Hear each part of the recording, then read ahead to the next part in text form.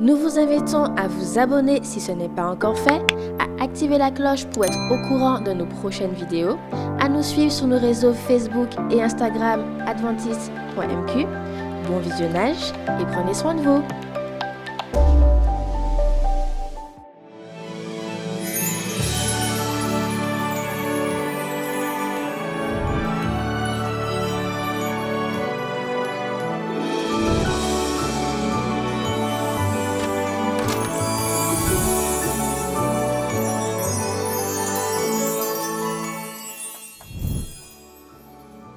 Chers bien-aimés frères et sœurs en Jésus, mesdames, mesdemoiselles et messieurs, c'est avec joie que je me retrouve aujourd'hui devant vous pour vous souhaiter les vœux les meilleurs pour cette année 2022.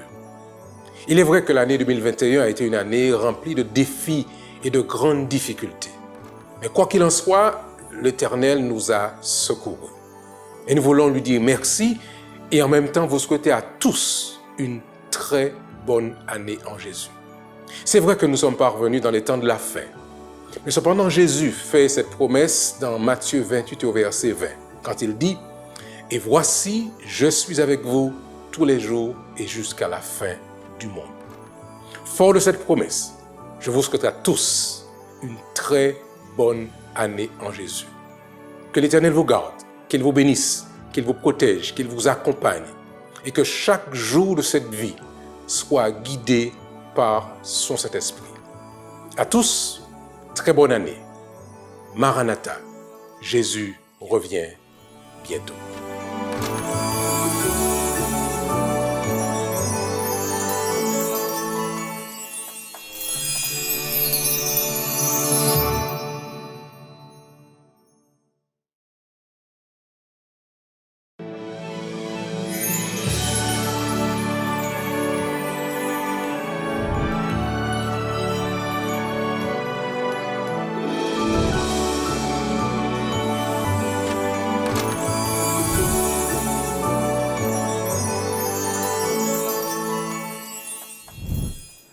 Mes salutations à tous, chers collègues, directeurs d'établissement, aumôniers, enseignants et tous les autres membres du personnel des établissements scolaires adventistes, chers parents, chers élèves. Une nouvelle année civile commence alors que l'année scolaire bien entamée se poursuit. Cette année a commencé et continue dans des conditions inhabituelles et bien inattendues. Le report de la rentrée scolaire, les cours en hybridation renforcée, en présentiel, en groupe, une fois par semaine, en distanciel, sans oublier les demi-jauges. Il a été assez acrobatique pour vous, chefs d'établissement, équipe pédagogique et l'ensemble du personnel de s'organiser afin de mettre en place cette rentrée exceptionnelle. Quant à vous, chers parents, il vous a fallu une certaine dextérité pour naviguer entre le travail, plusieurs enfants avec des jours de présence en cours différents, sans parler des difficultés de connexion, et plusieurs enfants en visio en même temps. Et je n'ai pas mentionné les difficultés quand il y a 2 ou plus d'enfants, des parents en télétravail et un ordinateur à la maison. Les téléphones portables ont été rapidement mis à contribution. Chacun a dû faire preuve d'inventivité et de réactivité pour permettre aux élèves d'entamer dans les meilleures conditions possibles cette année tout aussi importante que les précédentes pour leur avenir. Quant à vous, chers élèves, il est vrai que nous, adultes, n'avons pas eu à traverser durant notre adolescence ce contexte social et sanitaire que vous connaissez aujourd'hui. Mais soyez certains que notre expérience du passé reste une source d'information à votre disposition.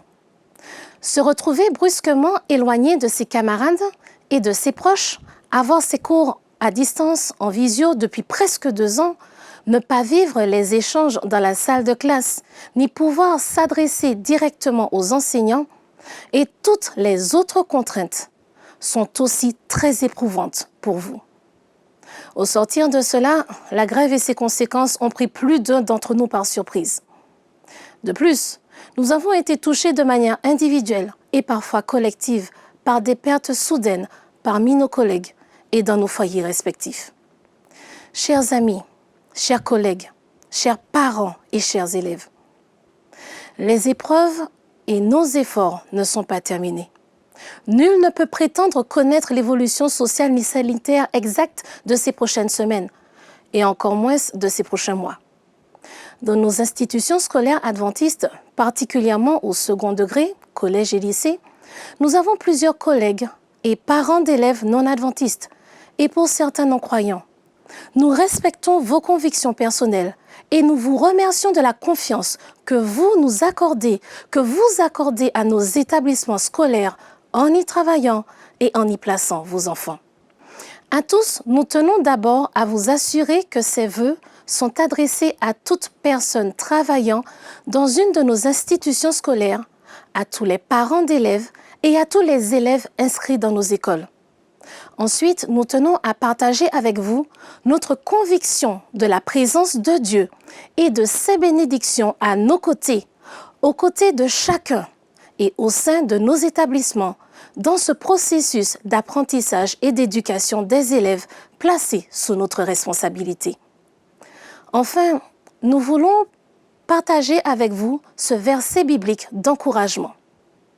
Dans le livre de Josué 1, au verset 9, Dieu dit à ce dernier « N'oublie pas que je t'ai recommandé d'être courageux et fort.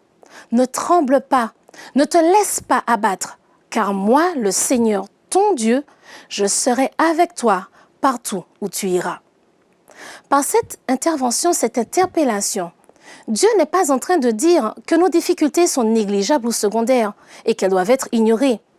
Il souhaite, entre autres, encourager chez nous une attitude précieuse et salutaire dans ces temps difficiles et qui sera d'une importance capitale pour le futur de chacun. Face à tous ces défis que nous devons relever, Dieu nous encourage à y faire face, non les yeux fermés, mais en identifiant nos points faibles à travailler, nos défauts à corriger afin d'améliorer notre personnalité, de renforcer notre caractère, pour ne pas nous laisser abattre et savoir rebondir quelle que soit la situation durant cette année, mais aussi durant celles à venir. Dieu nous encourage à développer les qualités et les atouts qu'il nous a donnés afin de surmonter les obstacles. À vous, chers collègues, chefs d'établissement, aumôniers et membres du personnel, nous vous souhaitons pour cette nouvelle année que Dieu continue à vous donner force, courage, créativité et adaptabilité afin de pouvoir réagir au plus vite et de manière efficace face aux nombreux défis que nous avons encore à relever. À vous, chers parents, nous vous souhaitons, en ce début d'année, que Dieu continue à vous accompagner et à vous soutenir dans cette période de changement incessant et d'incertitude croissante. Qu'il vous accorde la patience et le courage dont vous avez tant besoin. À toi, cher élève, nous te souhaitons de garder fermement confiance en Dieu. Bien que tu puisses avoir l'impression de ne pas voir comment les choses vont évoluer, ou même comment tu vas t'en sortir, continue à persévérer, avance, tiens bon, garde courage. Dieu est avec toi et il veut que tu réussisses et il t'accompagne dans toutes les démarches vers la progression et le succès. À tous, pour cette nouvelle année 2022, nos vœux pour vous sont que la bénédiction de l'Éternel soit sur chacun et sur chaque membre de votre famille. Que Dieu nous accompagne alors que nous continuons à faire face à nos difficultés personnelles.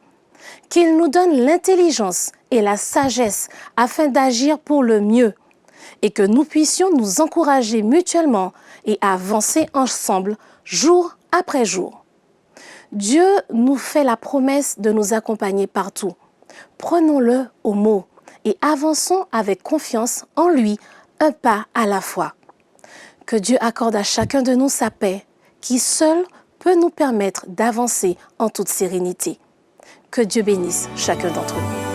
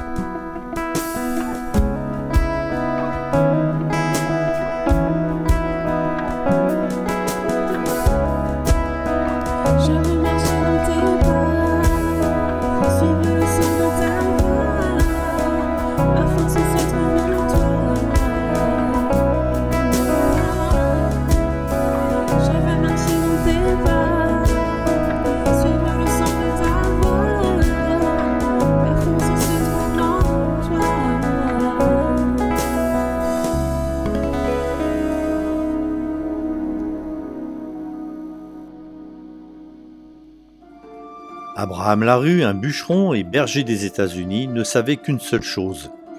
Il devait aller porter la bonne nouvelle en Asie.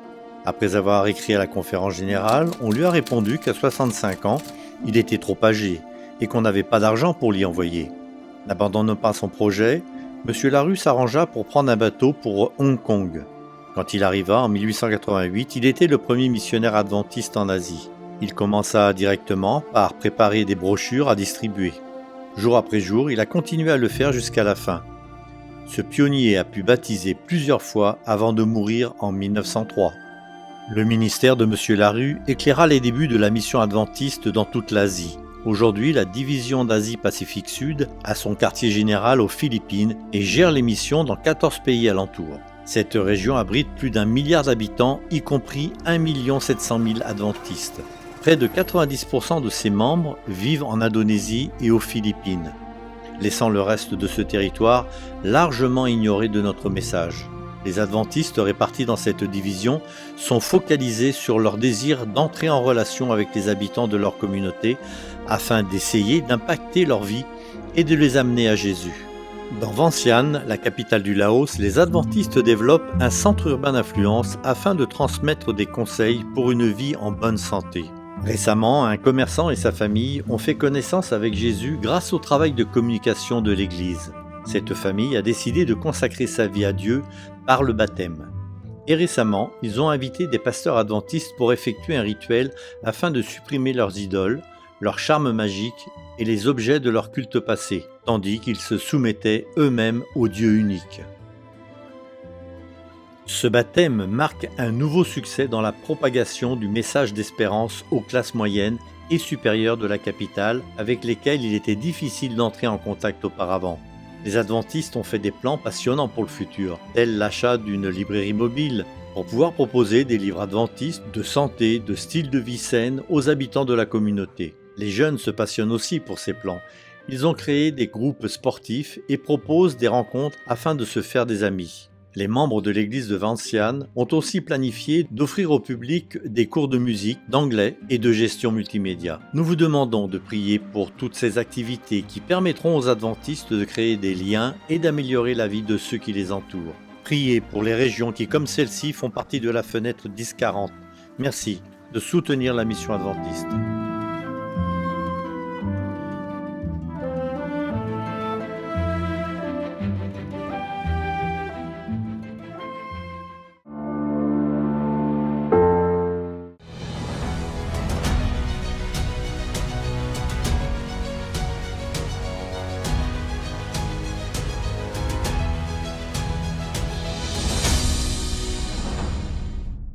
Bienvenue, c'est un véritable plaisir pour nous de vous accueillir au sein de notre émission Autrement dit.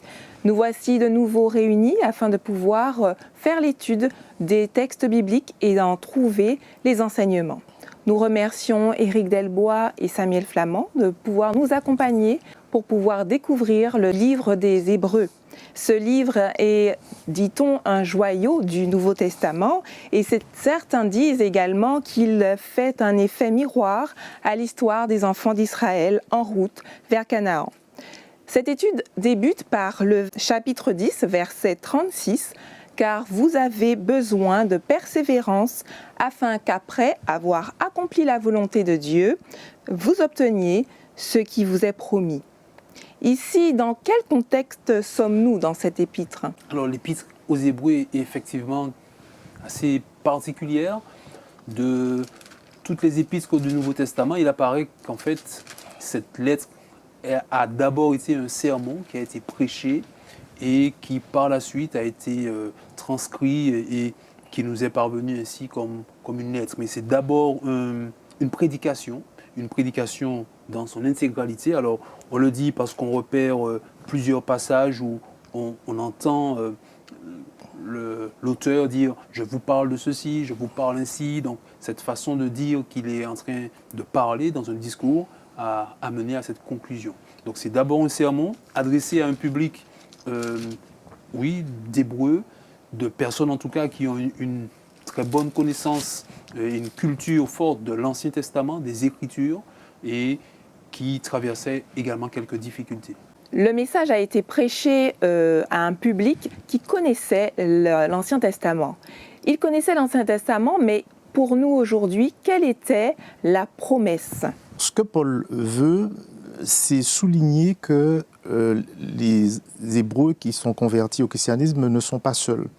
Ils ont en la personne de Jésus quelqu'un qui est présent et quelqu'un qui va leur apporter tout le secours dont ils ont besoin. D'ailleurs, à un moment donné, il dira qu'ils n'ont pas un souverain sacrificateur comme celui qui existait auparavant, mais c'est quelqu'un qui est mort et ressuscité, qui est vivant aujourd'hui. C'est pour ancrer vraiment leur foi en la personne de Jésus, d'autant qu'ils vivent un contexte de persécution à l'époque. Ils sont humiliés et Paul veut leur assurer de ce soutien-là, de la présence de Jésus. Merci pour cet éclairage, Éric, Samuel. Nous allons approfondir ces notions au regard du texte biblique.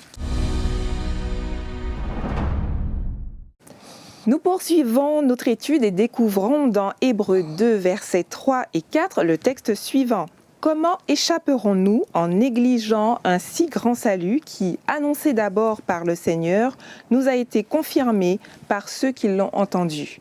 Dieu, appuyant leur témoignage par des signes, des prodiges et divers miracles, et par les dons du Saint-Esprit, selon sa volonté. De quoi s'agit-il et pourquoi l'apôtre Paul relate-t-il cette expérience des Hébreux ? Paul, comme on l'a dit tout à l'heure, il veut encourager la communauté et pour cela, il veut qu'elle se rappelle qu'ils ont reçu le message du Christ, qu'ils se sont convertis et qu'ils ont vu également les manifestations qui ont accompagné la prédication de l'Évangile pour qu'ils ne se détournent pas finalement de la foi qu'ils ont saisie.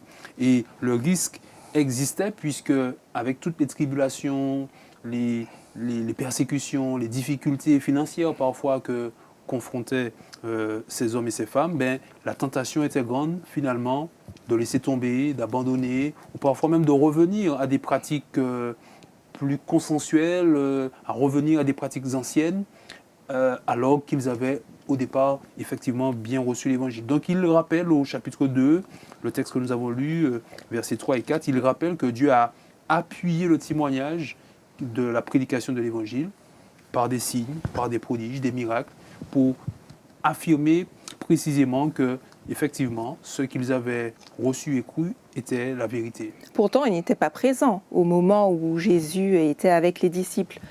Oui, tout à fait. Le processus d'évangélisation a été vraiment intense. Comment est-ce que Paul, justement, leur permet de traduire ce processus pour les Hébreux ? Il y a eu de la transmission. Il y a eu de la transmission, il y a de la transmission orale, mais il y a aussi dans cette transmission-là, au temps de l'Église primitive, les premiers qui ont suivi l'élévation, enfin l'ascension du Christ, il y a eu des prodiges. Il y a eu l'effusion du Saint-Esprit. Est-ce que ce peuple l'a vécu ? Alors, eux, là, peut-être pas forcément tous, mais il y a eu cette évangélisation successive rapportant ces choses-là qui se sont passées à l'époque du Christ, mais aussi après, quand Jésus est parti, on a vu que l'évangélisation, l'évangile a essaimé tout le bassin européen, mais aussi le Moyen-Orient, avec l'intervention d'apôtres qui n'avaient pas forcément la notion des langues en question, parce que tout simplement parce que, comment ils y sont parvenus, mais c'est parce que au moment de l'effusion du Saint-Esprit, eh bien, ils ont pu parler dans d'autres langues. Et ils ont pu aller à l'étranger, dans les contrées environnantes, pour pouvoir porter ce message-là.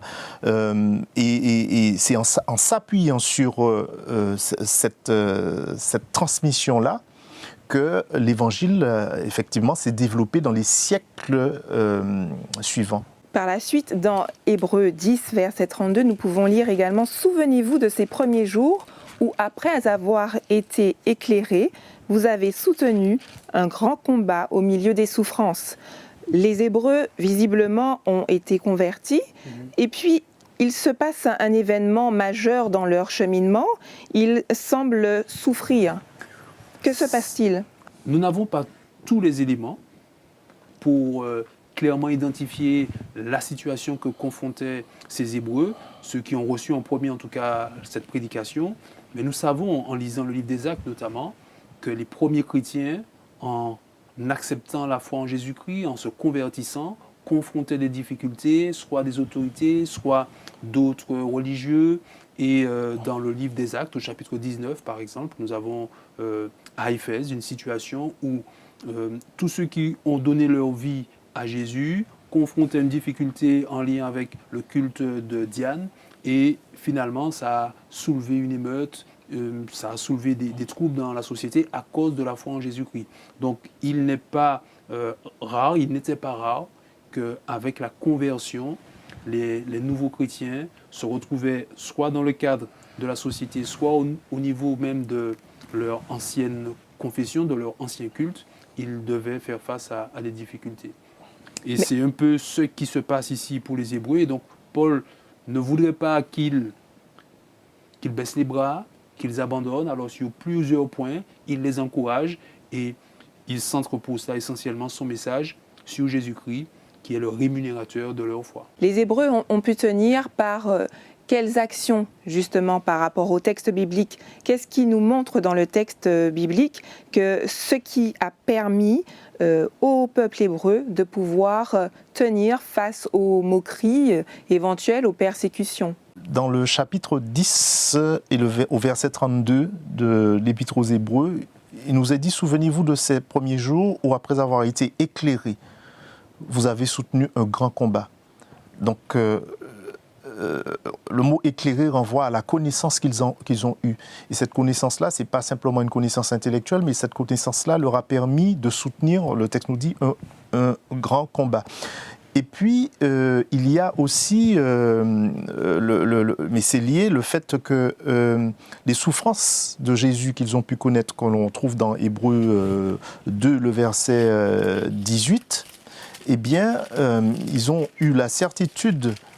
Alors, Hébreux 2, le verset 18 nous dit « Car du fait qu'il a souffert lui-même et qu'il a été tenté, il peut secourir ceux qui sont tentés. » Donc, ils ont pu avoir cette certitude-là que Jésus étant passé par de grandes souffrances, eh bien, lui aussi, il pourrait leur venir en aide dans la situation qui était la leur. Tous ces versets rejoignent bien sûr les prédications et les exhortations de Paul, mais Paul connaissait vraisemblablement l'état dans lequel se trouvaient les Hébreux au moment où il écrit, où il prêche. Pourquoi encourage-t-il le peuple? Pourquoi renforce-t-il ces appels au peuple? C'est son ministère essentiellement, l'apôtre, qu'il était effectivement celui qui a fondé de nombreuses églises, mais il sait qu'il ne suffit pas de s'engager une fois, mais que c'est dans la persévérance que le croyant trouve finalement gain de cause pour le salut et la vie éternelle.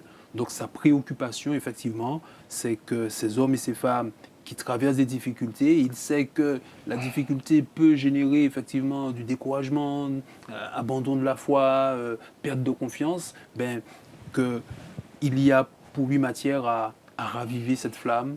Et toujours il le fait, comme on l'a dit tout à l'heure, en invitant les uns et les autres à regarder à Jésus. Et il va de diverses manières montrer que le Christ qu'ils ont choisi est sans aucun doute le seul en mesure de les tirer de tous les mauvais pas qu'ils confrontent. Donc c'est vraiment une occasion pour lui de raviver cette flamme, parce que les difficultés avaient quelque peu affaibli la confiance des Hébreux. Est-ce qu'il leur pose de cette façon un repère pour pouvoir affronter les difficultés? Le repère que Paul cherche à donner, c'est Jésus, tout simplement.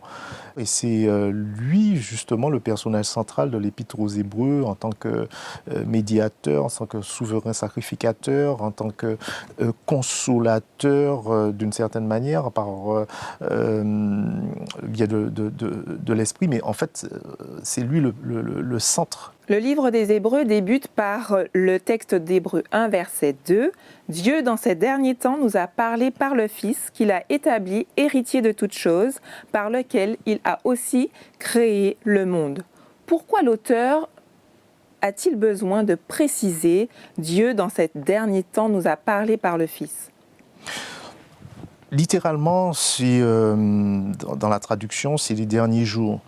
Et ce qu'il faut savoir, c'est que les contemporains du Christ, et là singulièrement les Hébreux convertis au christianisme, considéraient l'époque de la venue du Messie comme étant les derniers temps. Donc c'est pour cela qu'on retrouve cette expression ici. Auparavant, Dieu s'adressait aux hommes par le biais des prophètes, effectivement. Et là, il intervient pour parler aux hommes par le prophète par excellence, par le biais de son propre Fils. Et au verset 2, il nous a dit que Dieu, dans ces derniers temps, nous a parlé par le Fils. Donc par son propre Fils, il a établi héritier de toutes choses. Par lui, il a aussi créé l'univers, etc. Ce qu'on retrouve dans Jean au chapitre 1er. Donc effectivement, on note dans une séquence de l'histoire du monde qui est la fin des temps avec la venue du Messie. Donc les derniers temps. Mais on n'est pas encore à la fin des temps que l'on retrouve au chapitre 24 de Matthieu, mais on est vraiment dans une séquence de l'histoire où on s'oriente justement vers, on est dans les derniers temps de l'histoire du monde, à distinguer de la fin des temps. C'est ici que nous clôturons cette partie pour découvrir les solutions pratiques dans nos vies quotidiennes. Dans notre parcours sur Terre, comment ne pas oublier notre rencontre avec Dieu, à l'instar du peuple hébreu qui a été converti sans avoir forcément vu Jésus? Comment ne pas oublier cette conversion, ce moment où nous avons rencontré personnellement notre Dieu? Il y a certainement plusieurs options, plusieurs façons de faire. En témoignant de sa foi, je crois qu'il y a là un chemin qui peut être intéressant. En partageant sa foi, en témoignant de notre expérience, en quelque part, on la maintient vivante et on la ranime comme ça assez régulièrement. Donc toutes les fois où nous avons l'opportunité de partager notre foi et de témoigner de ce moment décisif dans notre parcours où on a été touché par le message, par une étude biblique ou peut-être par un chant ou peu importe ce qui nous a touchés, en partageant avec d'autres, nous pouvons effectivement maintenir présent cette première rencontre avec le Christ. Si on rapporte la vie des Hébreux à la nôtre aujourd'hui, comment faire pour supplanter et dépasser ces souffrances que nous pourrions rencontrer dans notre vie quotidienne? Alors, ça peut être extrêmement difficile. Parce que ce que l'on dit, les mots que l'on utilise peuvent être aisés, mais quand on se trouve dans la situation de la souffrance, c'est pas forcément la même chose. Mais d'une manière générale, effectivement, il faut la foi est essentielle, c'est la base. Et l'expérience de la foi, c'est-à-dire un vécu avec Dieu. Et quand on a un vécu permanent, quotidien avec Dieu, quand survient l'épreuve, sous toutes ses formes, quelles que soient, on sera mieux à même de la contrecarrer, en tout cas de la surmonter. Si on ne fait aucune expérience dans son quotidien avec Dieu, si on ne le laisse pas prendre tous les aspects de nos vies, effectivement, on risque d'avoir du mal à surmonter les épreuves. Quand on considère la situation des Hébreux à l'époque et qui étaient persécutés pour leur foi, nombreux sont ceux qui sont restés résolument attachés à Jésus. Et dans le livre d'Hébreux, d'ailleurs, à un moment donné, il nous a dit qu'ils ont regardé, quand on présente la galerie des hommes de foi dans au chapitre 11, on nous dit qu'ils ont regardé au-delà de leur tribulation du moment, ils ont regardé la perspective de l'éternité. C'est un petit peu ça l'idée. Donc c'est un peu cela qu'il faut que nous considérions quand nous sommes éprouvés. Et comment compter aussi les expériences que nous pouvons avoir avec Dieu pour consolider justement ces instants difficiles? Alors, comment les compter. Comment les repérer, comment les déceler. Parce que souvent, on expérimente, je dirais, la vie, mais il est difficile pour nous, des fois, de se dire, effectivement, à ce moment précis, j'ai été protégé par Dieu, à ce moment précis, j'ai fait une expérience. Comment se construire avec Dieu, avec ses expériences, et aussi pouvoir le remercier de chaque pas. C'est chaque pas. Alors, oui, effectivement, hein, on a besoin de ce recul-là. Ce recul est nécessaire avec l'Esprit de Dieu qui également nous éclaire, parce qu'effectivement, on peut traverser une difficulté sans se rendre compte précisément que la main de Dieu nous a porté tout ce temps-là. Donc, c'est en prenant le recul chaque jour, non pas seulement entre soi et soi, mais avec l'Esprit de Dieu pour nous éclairer. Et si on le fait quotidiennement, dans le calme de notre dévotion, dans le calme de notre culte personnel, il y a matière à repérer, à avoir cette lucidité sur notre vie, sur notre journée. Et puis je crois également, et c'est l'appel aussi de l'apôtre Paul, il invite les croyants à une expérience communautaire qui va être aussi un repère fondamental, parce que tout seul, on va peut-être plus vite, mais ensemble, on va plus loin. Il dit dans Hébreux 10, verset 24, « Veillons les uns sur les autres pour nous exciter à l'amour et aux bonnes œuvres. N'abandonnons pas notre assemblée. » Il dit encore, toujours au chapitre 10, « Nous ne sommes pas de ceux qui se retirent pour se perdre, mais nous sommes de ceux qui ont la foi pour sauver leur âme. » Donc, dans l'expérience communautaire, dans le partage, encore une fois, il y a une force, il y a une ressource qui nous est indispensable pour persévérer dans la difficulté, pour être lucide aussi sur les situations que nous confrontons. Et certainement, il y a matière à nous donner ce courage pour persévérer et continuer. Je reprends ce que tu disais dans l'expérience de la communauté. Comment aider l'autre lorsque nous sentons que l'autre est dans une phase de découragement, comme Paul a pu le faire avec les Hébreux? Comment amorcer des paroles encourageantes pour quelqu'un qui pourrait être dans une phase difficile de sa vie? En fait, quand tu poses la question, tu as déjà donné quelque part la réponse. Il faut justement amorcer, je répète, des paroles encourageantes, des paroles de bienveillance. Il faut savoir aussi écouter. On note dans l'Épître aux Hébreux, il y a des mots qui sont importants. Il y a la question de l'exhortation. Il y a aussi l'enseignement. Et ça peut se faire effectivement en tête-à-tête, mais on voit que la force qui permet de résister aux attaques du malin se tisse aussi, se noue au sein de la communauté des croyants.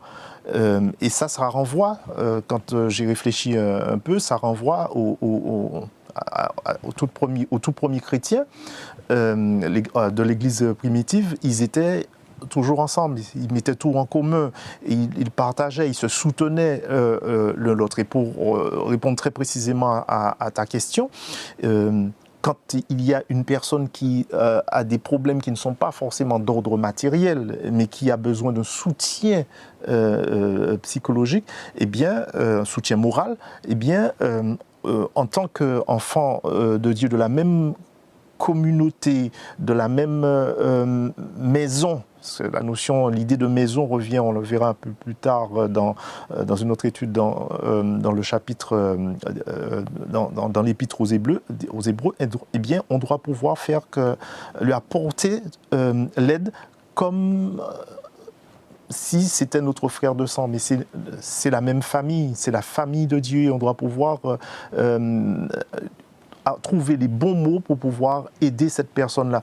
Parce que, je vais terminer sur ça, parce que l'évangile, la bonne nouvelle, certes, c'est Jésus que nous parlons aux gens, mais il arrive parfois qu'on ne voit pas Jésus de manière très concrète dans nos actes, dans les relations qu'on peut entretenir avec les uns et les autres. Et c'est ça aussi, l'évangile en action. C'est ce que Jésus faisait. Il soutenait les personnes, il guérissait, il apportait des réponses très concrètes dans la vie des gens.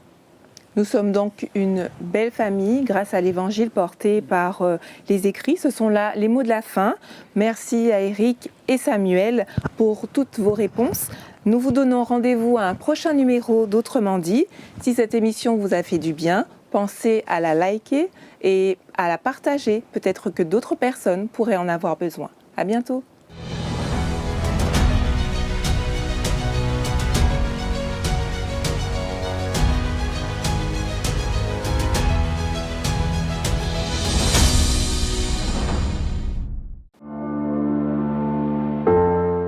Top chrono! C'est parti les amis pour les Olympiades de la foi. Les Olympiades de la foi? Tu n'es pas au courant Naëlie? C'est le parcours destiné aux enfants et aux adolescents, comprenant des défis, des actions missionnaires, des textes bibliques à mémoriser et encore et encore. Ça doit être génial! Je le pense aussi. Chaque semaine, avec les encadrants des églises, tu pourras participer à ce programme et obtenir une médaille à la fin du parcours. Une médaille? Nous serons des champions! Alors je cours vite annoncer cette nouvelle à tous mes amis. Fais comme moi!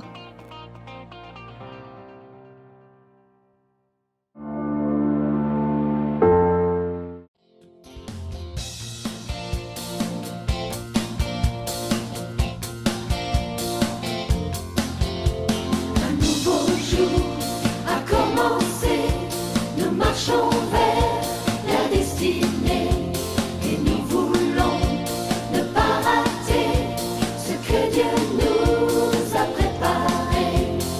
Laissons le soleil briller dans nos cœurs, écrasons l'ombre sous nos pieds et que dans nos vies souffle ta fraîcheur. Oui, nous décidons d'avancer.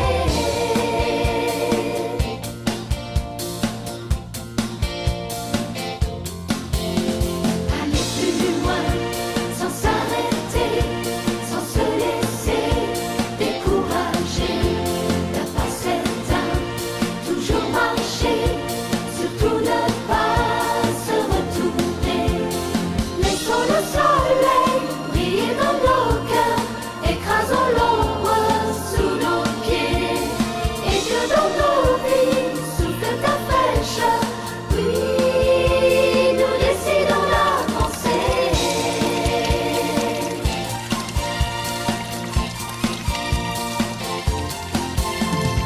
Aller plus loin, ne pas se retourner, sans se décourager. Jusqu'au bout, oui, nous faut continuer. Nous voulons avancer. Nous voulons avancer.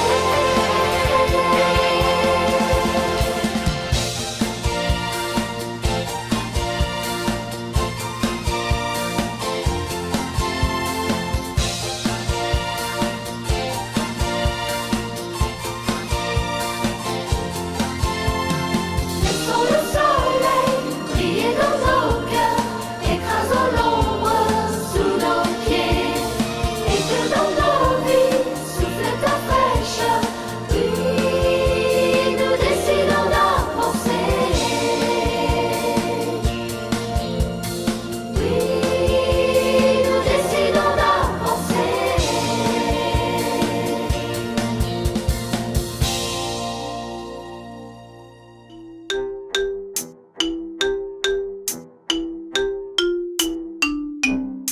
Cette vidéo est réservée à la section berceau. Son caractère répétitif a une visée pédagogique pour leur éveil spirituel. Merci de les accompagner. Bonjour amis de la Bible, c'est Tonton Jim et aujourd'hui j'ai une histoire très spéciale pour vous. Elle s'intitule « Dieu a créé mon monde ». Et notre verset à mémoriser est tiré de Genèse 1, verset 31. Dieu vit que tout cela était très bon. Dieu a fait un merveilleux monde, avec plein de bonnes choses. Le premier jour, Dieu créa la lumière. Il appela la lumière jour. Et l'obscurité, quand la lumière a disparu, il l'appela nuit. Dieu créa le jour et la nuit. Qui fit la lumière et la nuit, et la nuit? Qui fit la lumière Dieu dans les cieux. Le deuxième jour, Dieu créa un magnifique ciel bleu avec des nuages et du vent. C'était merveilleux. Qui fit le ciel bleu, le ciel bleu, le ciel bleu? Qui fit le ciel bleu? Dieu dans les cieux. Le troisième jour, Dieu créa la terre avec une belle herbe et de nombreuses fleurs de toutes les couleurs. Il créa aussi de beaux arbres qui portent du fruit, beaucoup de fruits. Cette terre est vraiment belle, dit Dieu. Il est heureux de ce qu'il a fait. Qui fit les belles plantes, les belles plantes, les belles plantes? Qui fit des belles plantes? Dieu dans les cieux. Le quatrième jour, Dieu créa le brillant soleil pour éclairer le jour. Il créa aussi la lune et les étoiles pour éclairer la nuit, pour que nous puissions les admirer avant de nous endormir. Qui fit le beau soleil, la lune et les étoiles?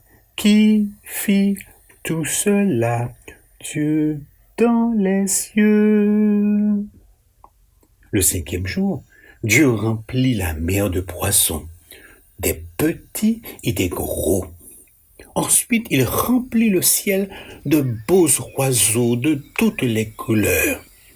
Il leur donna à chacun une belle voix pour qu'ils chantent et chantent leur joie. Qui fit les poissons et les oiseaux et leurs beaux chants? Qui fit tout cela? Dieu dans les cieux. Et le sixième jour, Dieu fit tous les animaux. Il fit la grande girafe et le grand lion. Il fit aussi le cheval qui fait hi et le chien qui fait waouh waouh waouh et le petit chat qui fait miaou. Dieu a vu tous les animaux qu'il a créés et dit que c'était bon. Qui fit tous les animaux, tous les animaux, tous les animaux? Qui fit tous les animaux? Dieu dans les cieux. Après cela, Dieu fit la plus spéciale de toutes ses créatures. Il fit l'homme. Dieu prit de la boue et forma l'homme. Un homme avec des jambes fortes et un visage souriant et de puissants bras. Dieu souffla dans son nez et l'homme bâilla. Il s'étira de toutes ses forces, puis il ouvrit les yeux. L'homme vivait. Dieu l'appela Adam et Dieu créa une femme à côté de lui. Il l'appela Ève. Qui fit toi et moi, toi et moi, toi et moi? Qui fit toi et moi? Dieu dans les cieux. Et au septième jour, Dieu regarda tout ce qu'il avait fait. Il vit que cela était très bon. Alors Dieu se reposa de son œuvre. C'est un jour spécial, c'est le sabbat. Un jour spécial à passer avec lui. Ce jour nous aide à nous rappeler que Dieu a fait toutes ces jolies choses dans le monde parce qu'il nous aime. Sabbat est un bien beau jour, bien beau jour, bien beau jour. Sabbat est un bien beau jour. J'aime tous les sabbats. Prions. Tendre Père, merci d'avoir créé mon merveilleux monde. Merci pour toutes ces jolies choses. Merci de m'avoir créé au nom de Jésus. Amen.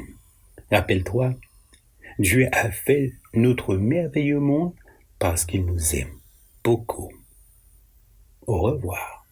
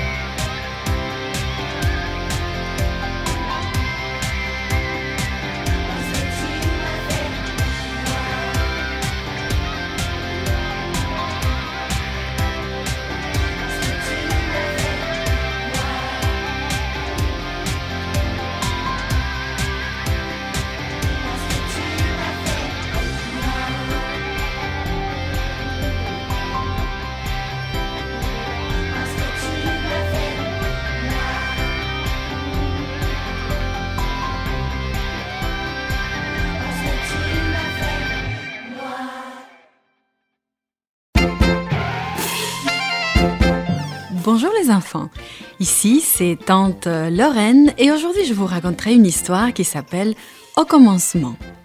Le verset à mémoriser nous dit que Dieu regarde tout ce qu'il a fait et il voit que c'est une très bonne chose. Genèse 1, 31.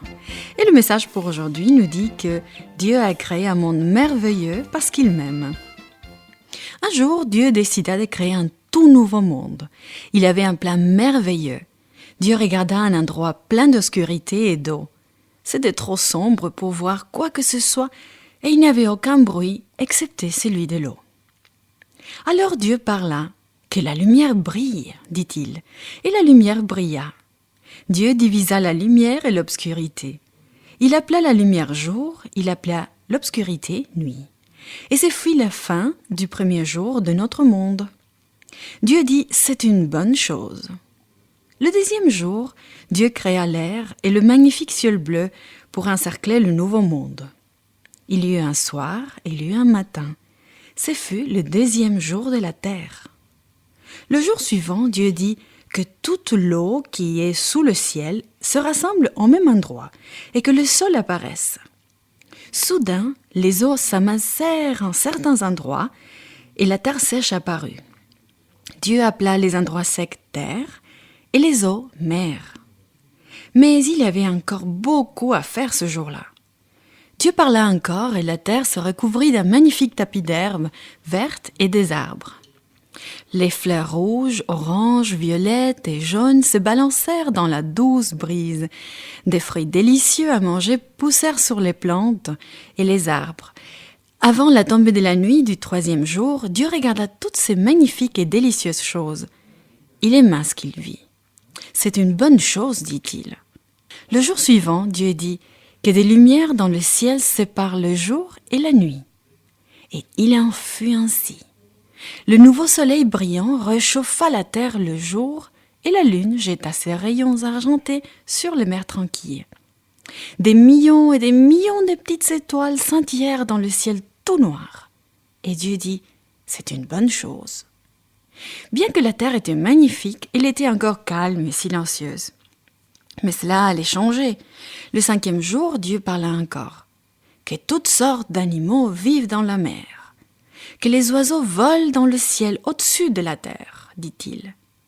Dauphins et baleines nagèrent en éclaboussant. Des poissons luisants, colorés, dansèrent dans le ruisseau et les mers remplies de créatures sachant nager.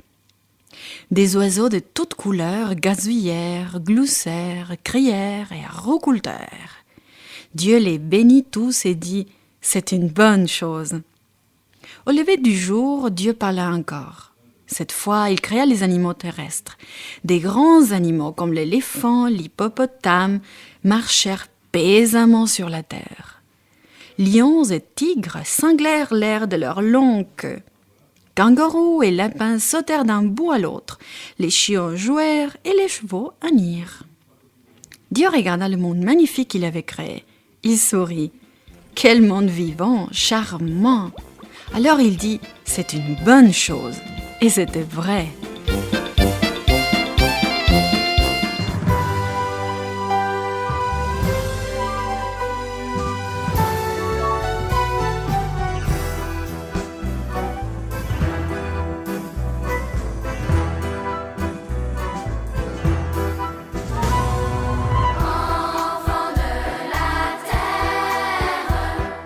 Levez vos mains vers le ciel, comme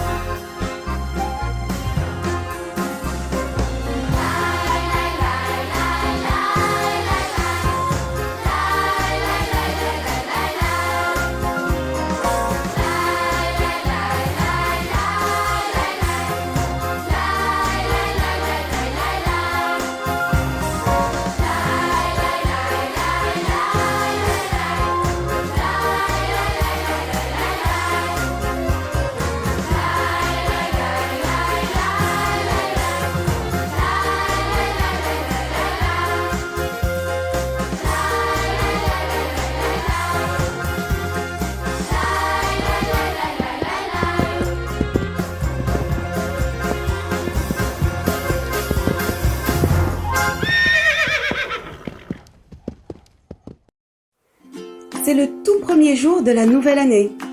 Je suis heureuse de la commencer avec toi.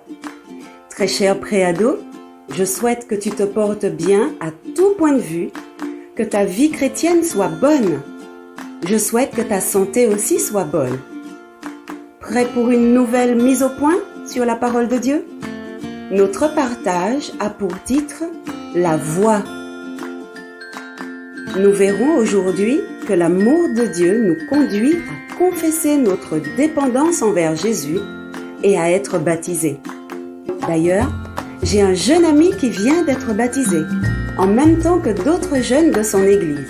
C'était il y a tout juste 2 semaines. Quelle joie! Plongeons sans tarder dans notre Bible.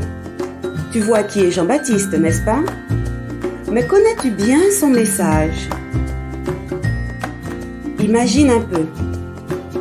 Jean était un homme solitaire, un homme du désert. Il était tranquillement appuyé sur un rocher près du Jourdain. Il avait l'habitude de parler à Dieu et l'écouter aussi. Pendant les 30 années de sa vie, il avait passé beaucoup de temps à rencontrer Dieu. Mais depuis qu'il avait commencé à prêcher près du Jourdain, la plupart de ses journées se passaient au milieu d'une foule nombreuse. Les gens accouraient vers lui de chaque ville et chaque village pour toutes sortes de raisons. Jean disait « Changez votre vie, oui, le royaume des cieux est tout près de vous ». Qu'est-ce que Jean voulait dire exactement quand il disait au peuple de changer de vie? Et pourquoi baptisait-il les gens? En fait, Jean expliquait que le Messie allait venir. Il disait aussi que lui, Jean, avait été envoyé pour enseigner au peuple comment se préparer. Et c'est assez simple. La préparation se fait en plusieurs étapes. Le changement de vie commence par la repentance. Cela veut dire que tu regrettes les erreurs que tu as faites en essayant de faire les choses à ta façon. Tu reconnais alors que tu as vraiment besoin de Dieu dans ta vie. Cela veut aussi dire que tu consacres ta vie à Dieu. Ensuite, le baptême démontre à tous ceux qui sont autour de toi que tu as choisi de dépendre de Dieu plutôt que de toi-même. Retournons près du Jourdain. Beaucoup de prêtres sont venus pour que Jean les baptise, mais ils n'étaient pas sincères. Ils se sont mis en colère quand Jean leur a dit qu'ils n'étaient pas prêts pour le baptême. Mais en fait, Jean disait seulement ce que Dieu lui avait commandé de dire. Tu sais quoi? Longtemps avant ça, le prophète Ésaïe avait parlé d'une voix. Elle criait « Dans le désert, ouvrez un chemin pour le Seigneur. Dans ce lieu sec, ouvrez une bonne route pour notre Dieu. » Eh bien, cette voix, c'est Jean. Lorsqu'il appelait les gens du peuple à la repentance et au baptême, il leur demandait de préparer leur cœur pour recevoir les conseils de Dieu. Ainsi, leur vie serait transformée.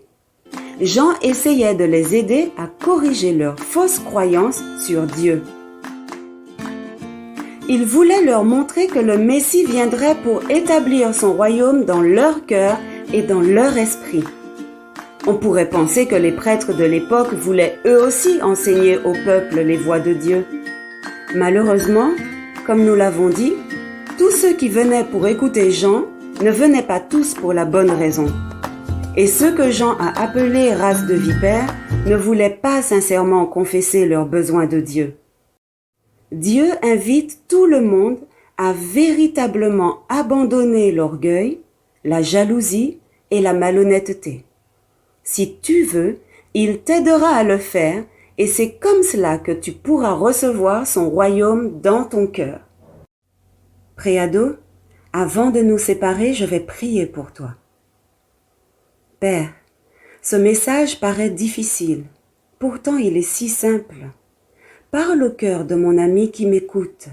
Aide-la, aide-le à comprendre comment répondre à ton amour pour elle, à ton amour pour lui.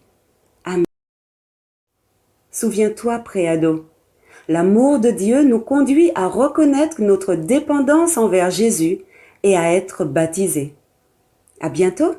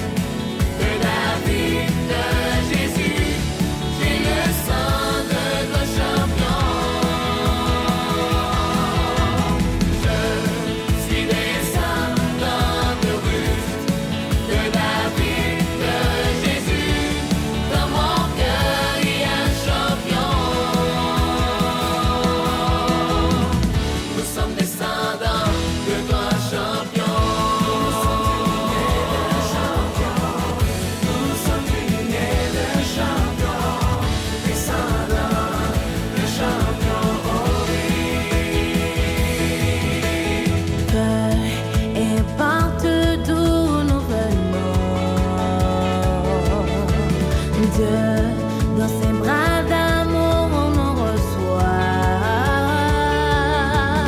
Par le don de son grand amour comme champion. Je suis descendant de Ruth, de David, de Jésus. J'ai le sang de nos champions. Je suis descendant de Ruth, de David, de Jésus. Dans mon cœur il y a un champion. Je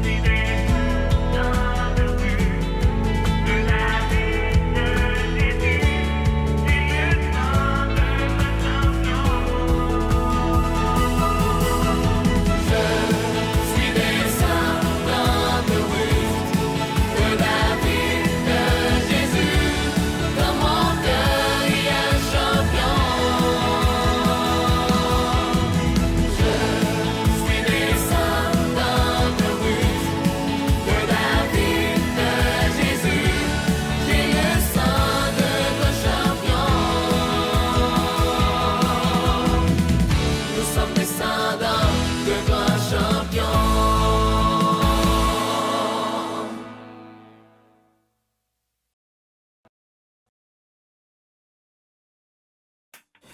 Bonjour chers parents qui écoutez et salut à vous chers jeunes. Je vous souhaite une bonne année 2022. La vie est ce qu'elle est et l'important c'est de garder les yeux fixés sur Jésus et surtout d'être fidèle à sa parole écrite dans la Bible. L'étude de cette semaine a pour titre « Les deux royaumes ». Heureux les pauvres en esprit car le royaume des cieux est à eux. Heureux ceux qui pleurent car ils seront consolés. Heureux ceux qui sont doux car ils hériteront la terre. Heureux ceux qui ont faim et soif de justice car ils seront rassasiés. Heureux ceux qui sont compatissants car ils obtiendront compassion. Heureux ceux qui ont le cœur pur car ils verront Dieu. Heureux les artisans de paix car ils seront appelés fils de Dieu. Heureux ceux qui sont persécutés à cause de la justice car le royaume des cieux est à eux. Heureux êtes-vous lorsqu'on vous insulte, qu'on vous persécute et qu'on répand faussement sur vous toutes sortes de méchancetés à cause de moi. Réjouissez-vous et soyez transportés d'allégresse parce que votre récompense est grande dans les cieux. Il y a deux royaumes dans ce monde, le royaume du Christ et celui de Satan. Chacun de nous appartient à l'un ou à l'autre.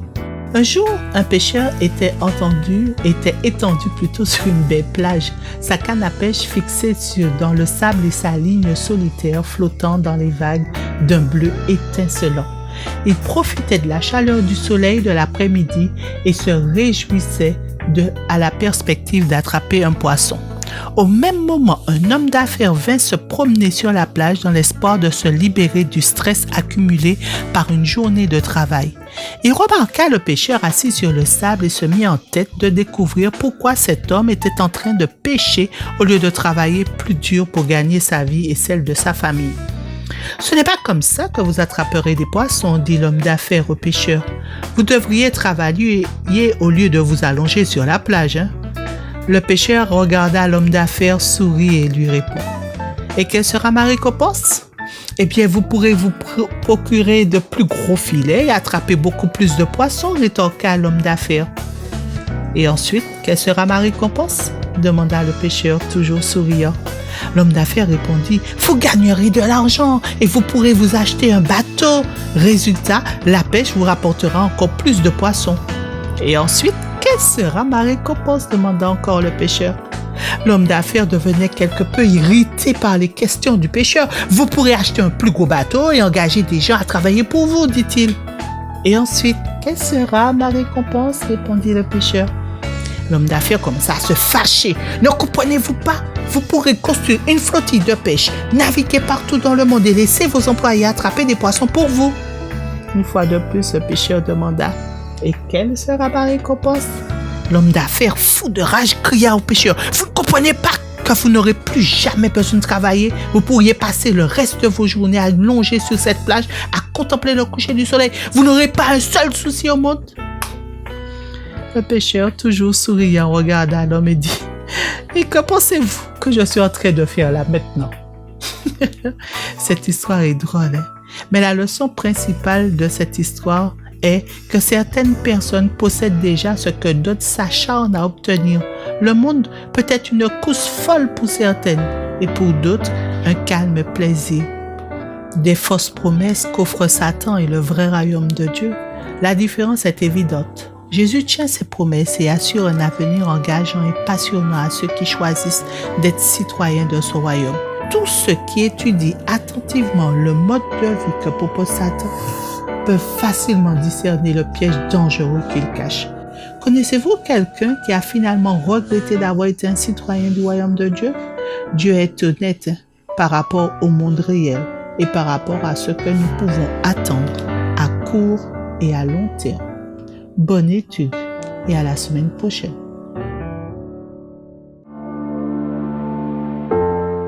Top chrono! C'est parti les amis pour les Olympiades de la foi. Les Olympiades de la foi? Tu n'es pas au courant, Naëlie? C'est le parcours destiné aux enfants et aux adolescents, comprenant des défis, des actions missionnaires, des textes bibliques à mémoriser et encore et encore. Ça doit être génial! Je le pense aussi. Chaque semaine, avec les encadrants des églises, tu pourras participer à ce programme et obtenir une médaille à la fin du parcours.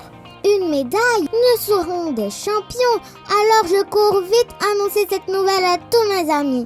Fais comme moi!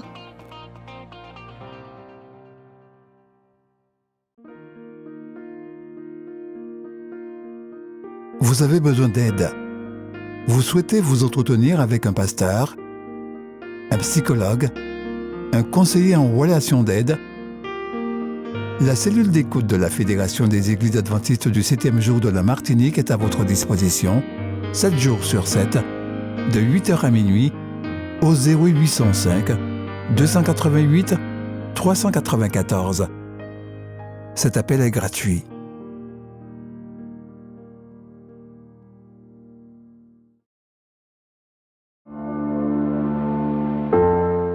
Vous souhaitez, là où vous êtes, soutenir une institution par un don ou remettre vos dîmes et offrandes? Deux moyens s'offrent à vous.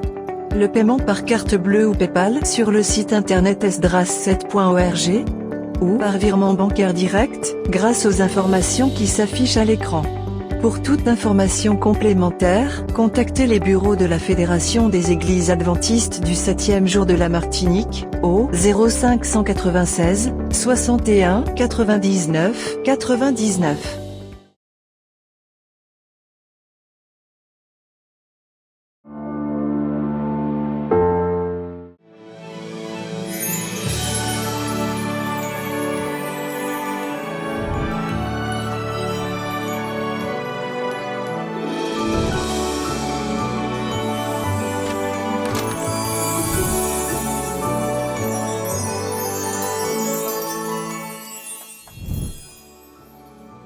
Chers bien-aimés frères et sœurs en Jésus, mesdames, mesdemoiselles et messieurs, c'est avec joie que je me retrouve aujourd'hui devant vous pour vous souhaiter les vœux les meilleurs pour cette année 2022.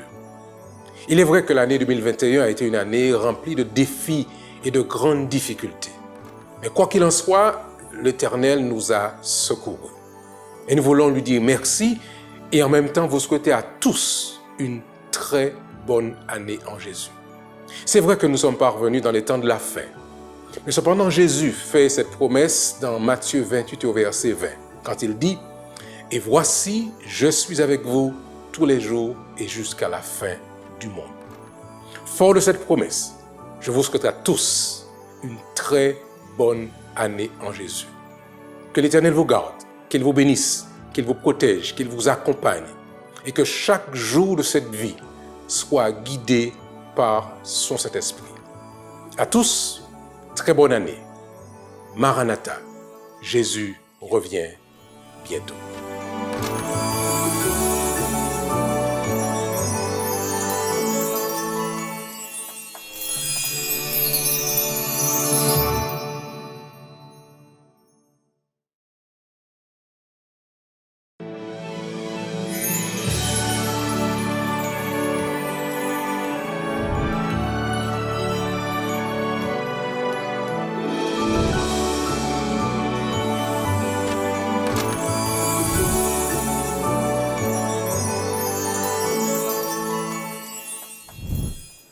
Mes salutations à tous, chers collègues, directeurs d'établissement, aumôniers, enseignants et tous les autres membres du personnel des établissements scolaires adventistes, chers parents, chers élèves.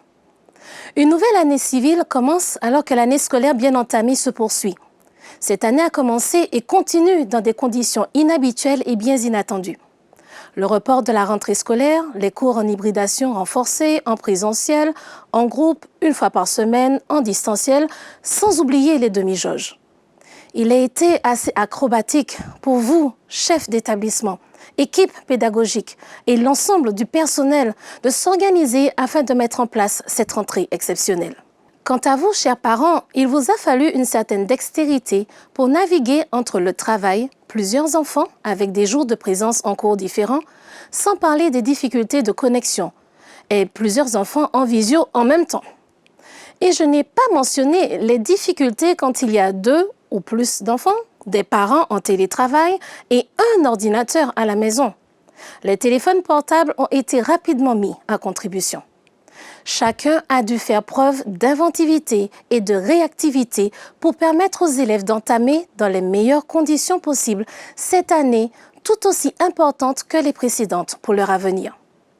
Quant à vous, chers élèves, il est vrai que nous, adultes, n'avons pas eu à traverser durant notre adolescence ce contexte social et sanitaire que vous connaissez aujourd'hui.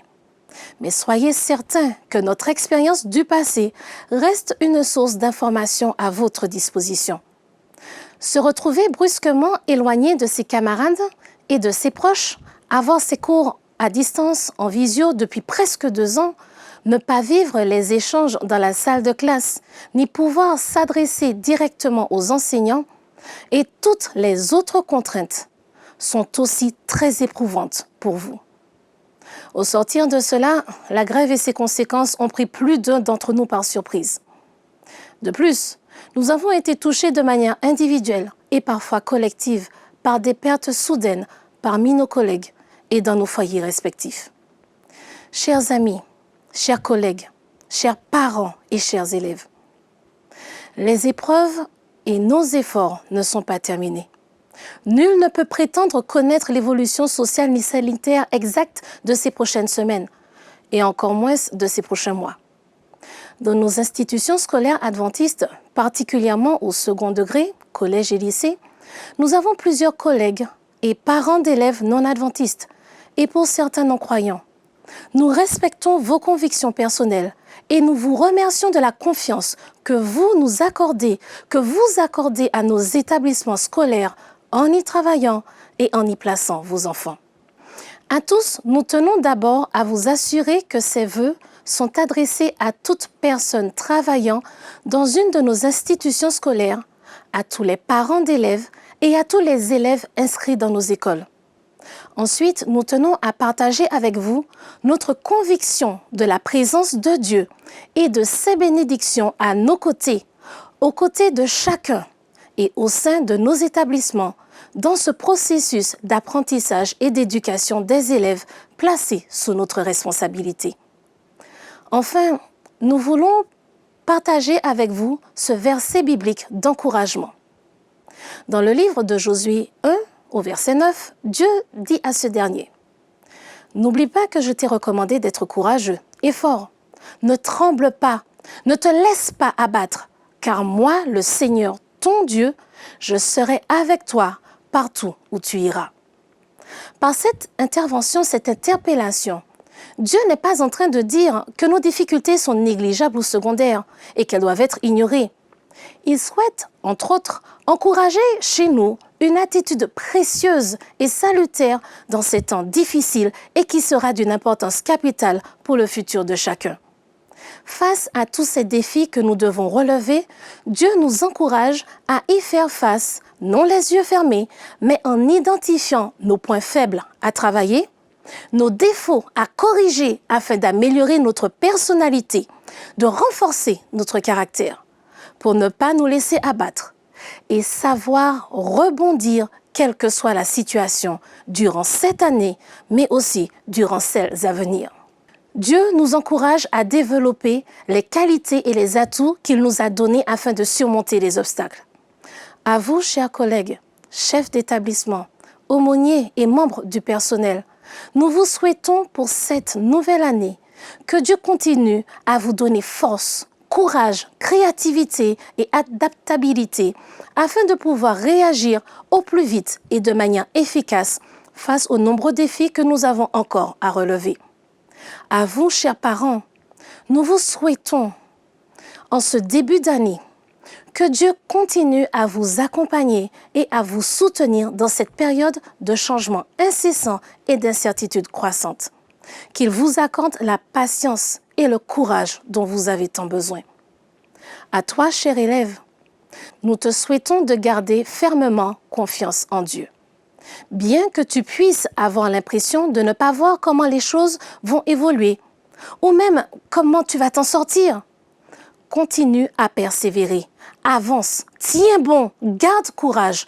Dieu est avec toi et il veut que tu réussisses et il t'accompagne dans toutes les démarches vers la progression et le succès. À tous, pour cette nouvelle année 2022, nos vœux pour vous sont que la bénédiction de l'Éternel soit sur chacun et sur chaque membre de votre famille. Que Dieu nous accompagne alors que nous continuons à faire face à nos difficultés personnelles. Qu'il nous donne l'intelligence et la sagesse afin d'agir pour le mieux et que nous puissions nous encourager mutuellement et avancer ensemble jour après jour. Dieu nous fait la promesse de nous accompagner partout. Prenons-le au mot et avançons avec confiance en lui, un pas à la fois. Que Dieu accorde à chacun de nous sa paix, qui seul peut nous permettre d'avancer en toute sérénité. Que Dieu bénisse chacun d'entre nous.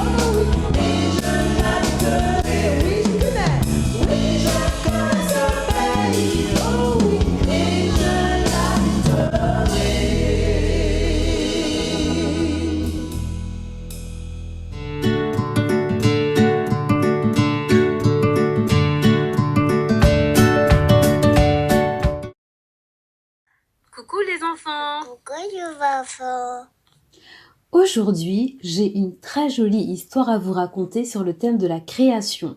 Cette histoire a pour titre « Moi, une merveille ». Le texte de base qui est aussi à retenir se trouve dans Psaume 119, verset 73 et nous dit « Tes mains m'ont créé, elles m'ont formé, donne-moi l'intelligence pour que j'apprenne tes commandements. » Encore une fois avec moi.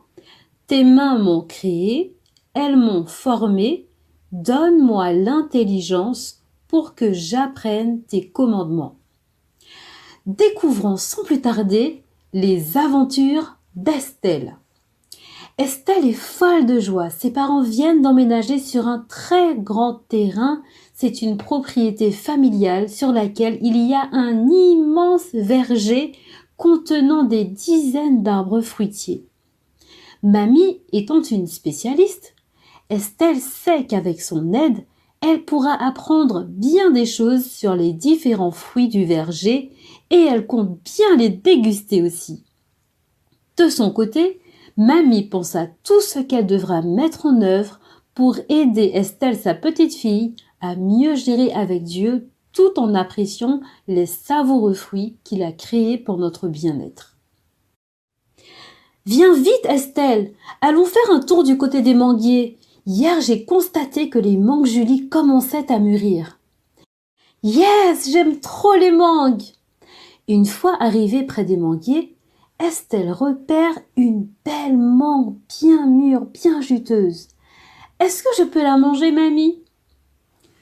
Mais si tu commences par manger toutes les mangues, il n'y en aura plus beaucoup dans ton panier, dit mamie en riant. Mais vas-y, régale-toi. Estelle prend le temps de déguster sa mangue pendant que mamie fait sa cueillette. Délicieuse la mangue. Dieu a vraiment fait de bonnes choses pour nous. Tu ne crois pas si bien dire, ma chérie. Et en plus d'être délicieuse, la mangue possède de très nombreuses vertus thérapeutiques. Elle contient beaucoup d'enzymes permettant de lutter contre les cellules cancéreuses. Elle est aussi très riche en vitamine A qui contribue à préserver la vue. La mangue est également laxative et on dit même que sa pulpe sur la peau du visage est très efficace contre l'acné. Et pour les diabétiques, il faut savoir que les feuilles du manguier préparées en infusion réduisent le taux de diabète. Donc, mamie, quand on mange une mangue, c'est comme si on prenait plusieurs médicaments pour soigner plusieurs maladies à la fois. Tu vois, Estelle, Dieu a créé l'homme et la femme à partir de la terre, et ce fruit que tu viens de manger puise dans la terre tous ces éléments qui font du bien à notre organisme. Mamie, ça veut dire que Dieu a tout géré dès le départ. Eh oui, c'est bien cela, ma chérie. Et en retour, nous sommes invités à bien gérer les merveilleuses créatures que nous sommes. Mamie, on peut dire que Dieu nous a facilité la tâche. Que veux-tu dire, ma chérie? Eh bien, si nous sortons de la terre et que les arbres fruitiers sortent de la terre, nous sommes forcément compatibles. C'est comme une connexion Wi-Fi. Tu as vu juste, Estelle. Et nous devons prendre l'habitude de remercier Dieu pour les innombrables connexions avec la nature qu'il met à notre disposition et surtout apprendre à les utiliser pour lui rendre hommage. Nous pouvons dès maintenant demander à Dieu de nous aider à bien gérer toutes ces connexions afin d'être des enfants aussi agréables et délicieux que la mangue. Merci d'avoir écouté cette histoire et à bientôt pour de nouvelles aventures d'Estelle. Au revoir les enfants, à bientôt.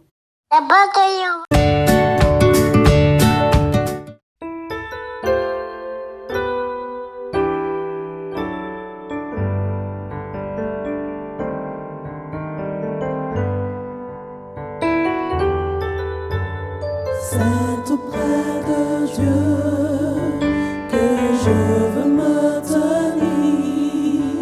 Il est mon Seigneur, mon roi.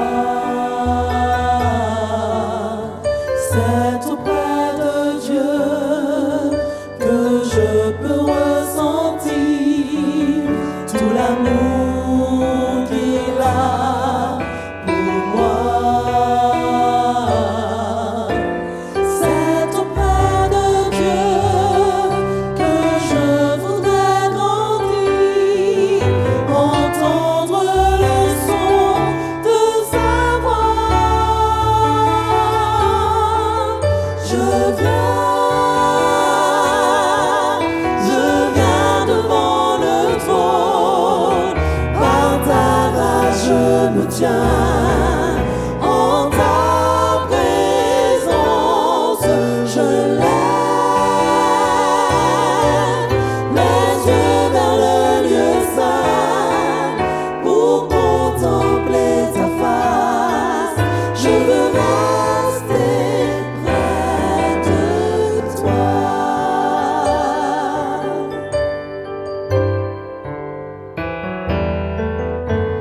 C'est auprès de Dieu que je veux me tenir. Il est mon Seigneur, mon roi. C'est auprès de Dieu que je peux ressentir tout l'amour qu'il a pour moi. C'est auprès de Dieu que je voudrais grandir, entendre le son de sa voix.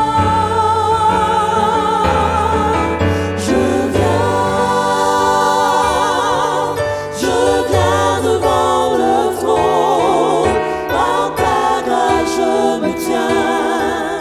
En ta présence, je lève les yeux vers le lieu saint pour contempler ta face. Je veux rester près de je viens devant le trône, par ta grâce je me tiens. En ta présence, je lève les yeux vers le lieu saint pour contempler ta face. Je veux rester près de toi. Je veux rester près de toi. Je veux rester près de toi.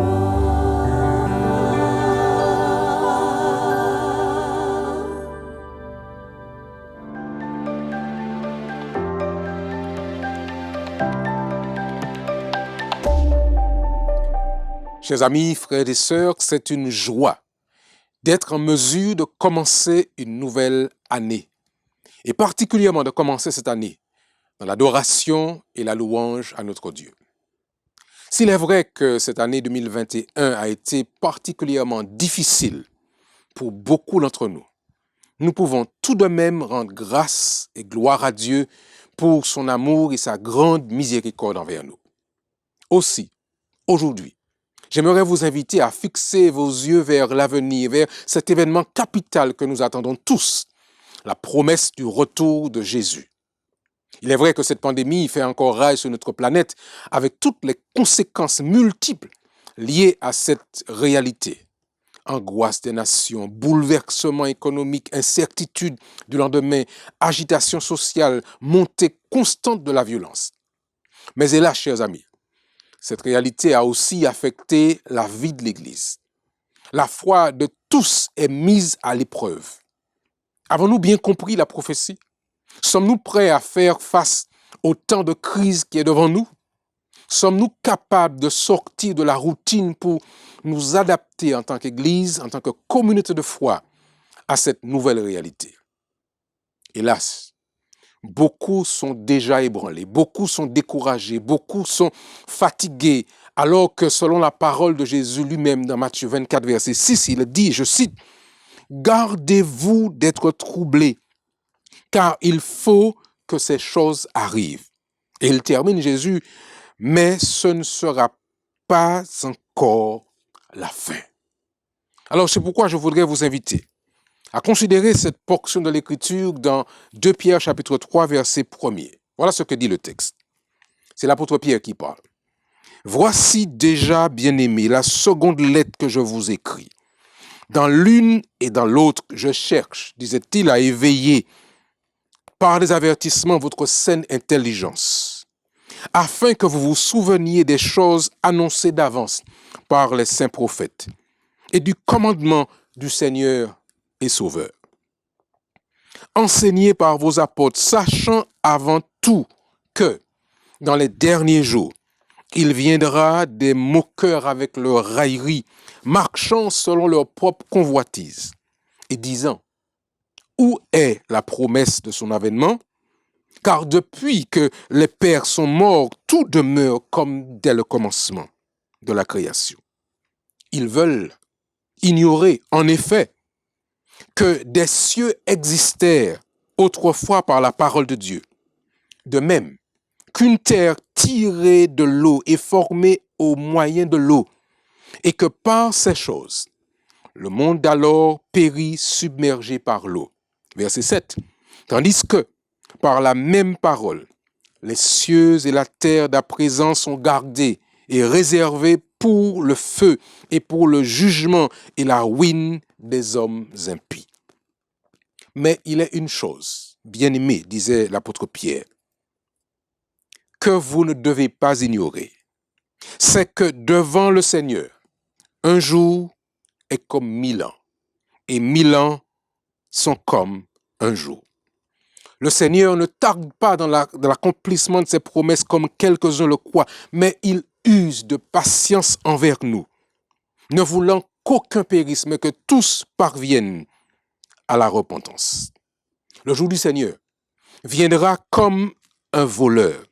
En ce jour, les cieux passeront avec fracas, les éléments embrasés se dissoudront, et la terre, avec les œuvres qu'elle renferme, sera consumée. Puisque donc, toutes ces choses doivent se dissoudre, quelles ne doivent pas être la sainteté de votre conduite et de votre piété. Tandis que vous attendez et hâtez l'avènement du jour de Dieu, à cause duquel les cieux enflammés se dissoudront et les éléments embrasés se fondront. Mais, l'apôtre ajoute, nous attendons, selon sa promesse, de nouveaux cieux et une nouvelle terre où la justice habitera. C'est pourquoi, bien-aimés, en attendant ces choses, appliquez-vous à être trouvés par lui, sans tache et irrépréhensibles, dans la paix. En terminant, je voudrais pouvoir partager avec vous un texte tiré du livre Témoignages pour l'Église, volume 9, à la page 286. Écoutez ce que dit notre sœur sur la situation de la fin des temps. Dans la maison des rachetés, il n'y aura plus de larmes, plus de cortège funèbre, ni de manifestation de deuil. Aucun habitant ne dira plus « Je suis malade ». Le peuple qui habite Jérusalem sera absous de tout péché, selon Isaïe 33, verset 24. Un grand torrent de bonheur coulera et s'intensifiera au fil de l'éternité. Considérons, dit-elle encore, considérons très sérieusement les bénédictions de l'au-delà. Que notre foi traverse tous les nuages sombres et contemple celui qui est mort pour les péchés du monde. Il a ouvert les portes du paradis pour tous ceux qui le reçoivent et croient en lui. Que les afflictions qui nous touchent si douloureusement deviennent des leçons instructives qui nous poussent à avancer vers la récompense de notre vocation souveraine en Christ. Puissions-nous, bien-aimés, être encouragés par la pensée que le Seigneur vient bientôt, que cet espoir réjouisse notre cœur. Nous rentrons à la maison. Celui qui nous a tant aimés, qu'il est mort pour nous, nous a bâti une ville. La Nouvelle Jérusalem est notre lieu de repos. Il n'y aura pas de tristesse dans la cité de Dieu. Vous n'entendrez jamais de gémissement, de douleur, ni de lamentation à cause d'espoir perdu ou de passion enterrée. Bientôt, chers amis, les vêtements de tristesse seront changés en vêtements de fête. Bientôt, nous assisterons au couronnement de notre roi. Ceux dont la vie est cachée en Christ. Ceux qui, sur cette terre, ont combattu le bon combat de la foi, resplendiront de la gloire du Rédempteur dans le royaume de Dieu. Tiré, je disais, du livre Témoignages pour l'Église, volume 9, à la page 37. Chers amis, alors que nous commençons cette année, nous voulons vous souhaiter à tous d'être courageux en Jésus, de marcher avec lui chaque jour, de ne pas hésiter à passer du temps dans la prière et dans l'étude de la parole de Dieu. Juste avant de terminer mon propos, j'aimerais pouvoir lire avec vous, chers amis, ces paroles tirées du cantique que nous connaissons bien, le cantique 112, du ciel bientôt, Jésus va revenir. Connaissez ce chant, vous pouvez le fredonner avec nous à la maison tout à l'heure. Du ciel bientôt, Jésus va revenir, si c'était aujourd'hui. Tous radieux, nous le verrons venir, oh si c'était aujourd'hui. Alors tous les saints à sa vue, ses enfants sûrs de sa venue, iront avec lui sur la nue, si c'était aujourd'hui. Le deuxième couplet se dit de cette manière: dans le beau ciel, le mal ne sera plus. Plus de douleur, le regard de Jésus, si c'était aujourd'hui. Notre âme, après ce jour, soupire, mais déjà la nuit se retire. Le grand matin va bientôt luire, si c'était aujourd'hui. Voilà ce que déclare le troisième couplet de ce chant.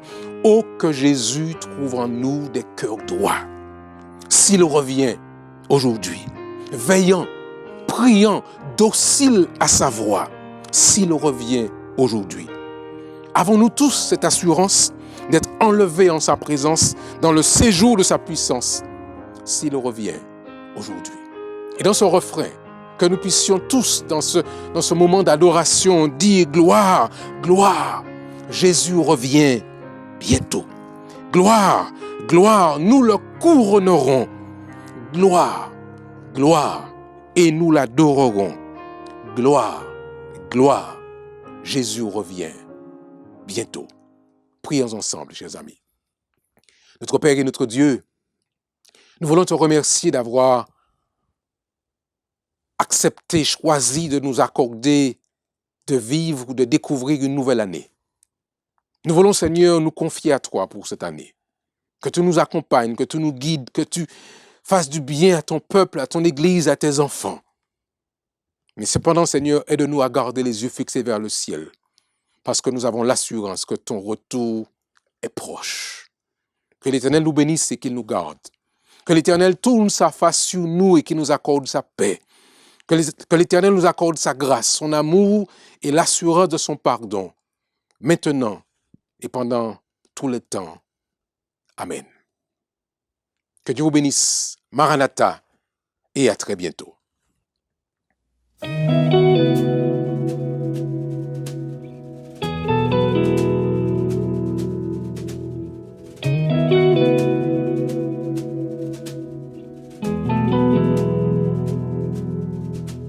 Dieu entend les cris au plus profond de mon cœur.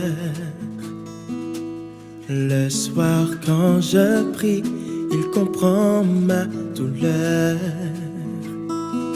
Je sais qu'il me délivrera, me prendra dans ses bras quand il m'emmènera à la maison. Dieu entend les cris au plus profond de mon cœur. Le soir quand je prie, il comprend ma douleur. Je sais qu'il me délivrera, me prendra dans ses bras quand il m'emmènera à la maison. Il essuiera toute larme de mes yeux. Je ne connaîtrai plus la mort, elle n'existera pas. Il n'y aura plus de peine sur mon visage quand je serai enfin à la maison. toi qui as passé des heures à supplier Dieu, Jésus te promet ce qu'il y a de meilleur. Oui mon frère, je suis convaincu qu'il n'y aura jamais de pleurs à la maison. Toute larme de mes yeux, je ne connaîtrai, elle n'existera pas.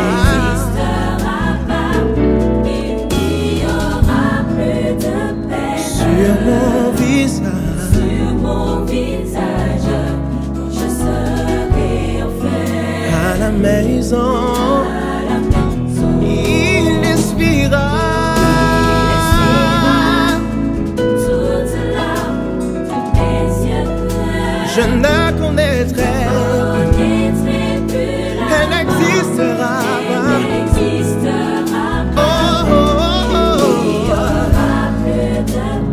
Sur mon visage, quand je serai à la maison.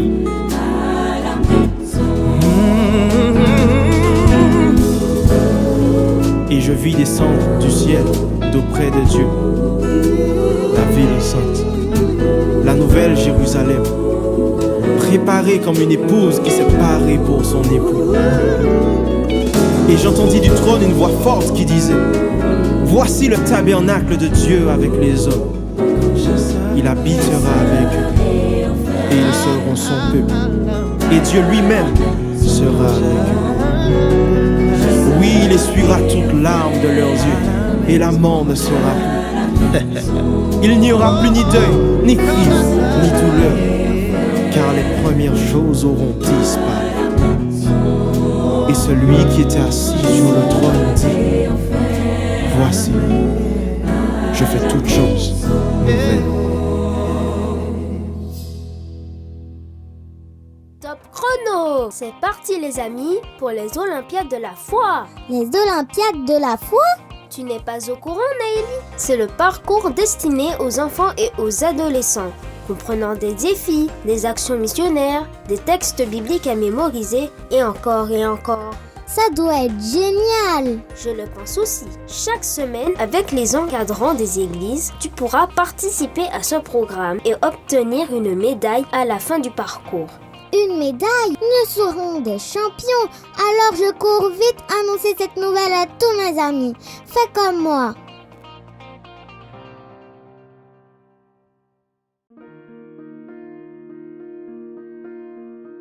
Vous avez besoin d'aide.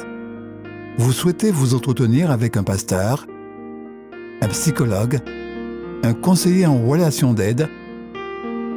La cellule d'écoute de la Fédération des Églises adventistes du 7e jour de la Martinique est à votre disposition, 7 jours sur 7, de 8h à minuit, au 0805 288 394. Cet appel est gratuit.